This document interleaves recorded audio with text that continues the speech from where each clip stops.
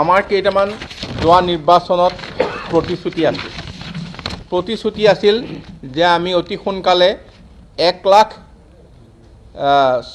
চাকৰি আমি নিযুক্তি দিম। 1 লাখ নিবনুৱা যুৱক যুৱতীক চাকৰিত আমি নিযুক্তি দিম। তাৰ বাবে আমি এখন কমিটি আজি গঠন কৰি দিছোঁ কেবিনেটত।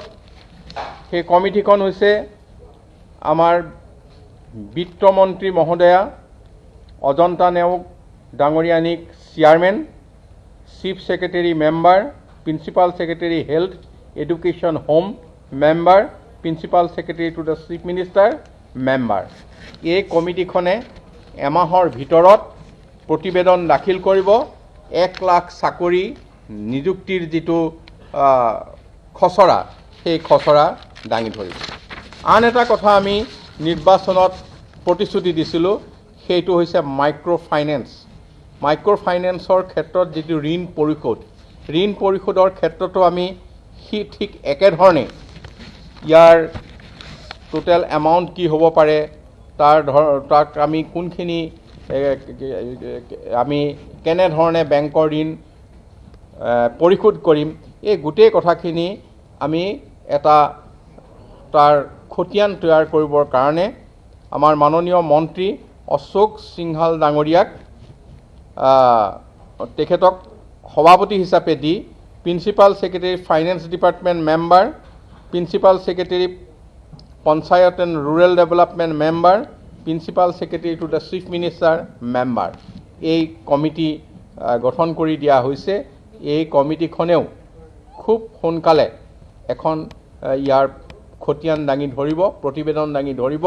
তাৰ ওপৰত আমি সেই ঋণ ৰেহাই দিয়াৰ ক্ষেত্ৰত আমি সিদ্ধান্ত গ্ৰহণ কৰিম।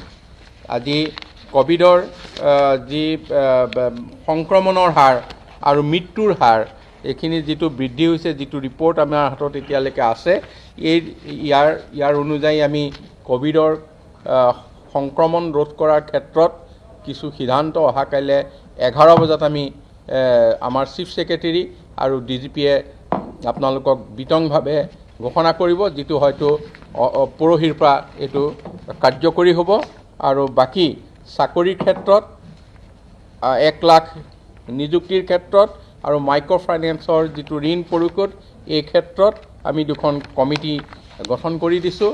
এইটো আমি এই আটাইখিনি কথা আপোনালোকক জৰিয়তে অসমৰ ৰাইজক প্ৰথমখন কেবিনেটৰ বৈঠকৰ সিদ্ধান্ত হিচাপে আমি আপোনালোকৰ জৰিয়তে আগবঢ়াইছোঁ আৰু সমূহ ৰাইজক আমি আহ্বান কৰিছোঁ যে আপোনালোকক দি অহা যি প্ৰতিশ্ৰুতি, সেই প্ৰতিশ্ৰুতি মাননীয় মুখ্যমন্ত্ৰী ডক্টৰ হিমন্ত বিশ্ব শৰ্মাৰ সভাপতিত্বত অনুষ্ঠিত আজিৰ যিখন কেবিনেট বৈঠক, এই বৈঠকে প্ৰথম দিনাই এই সিদ্ধান্তখিনি ৰাইজক দিয়া প্ৰতিশ্ৰুতি অনুসৰি গ্ৰহণ কৰে।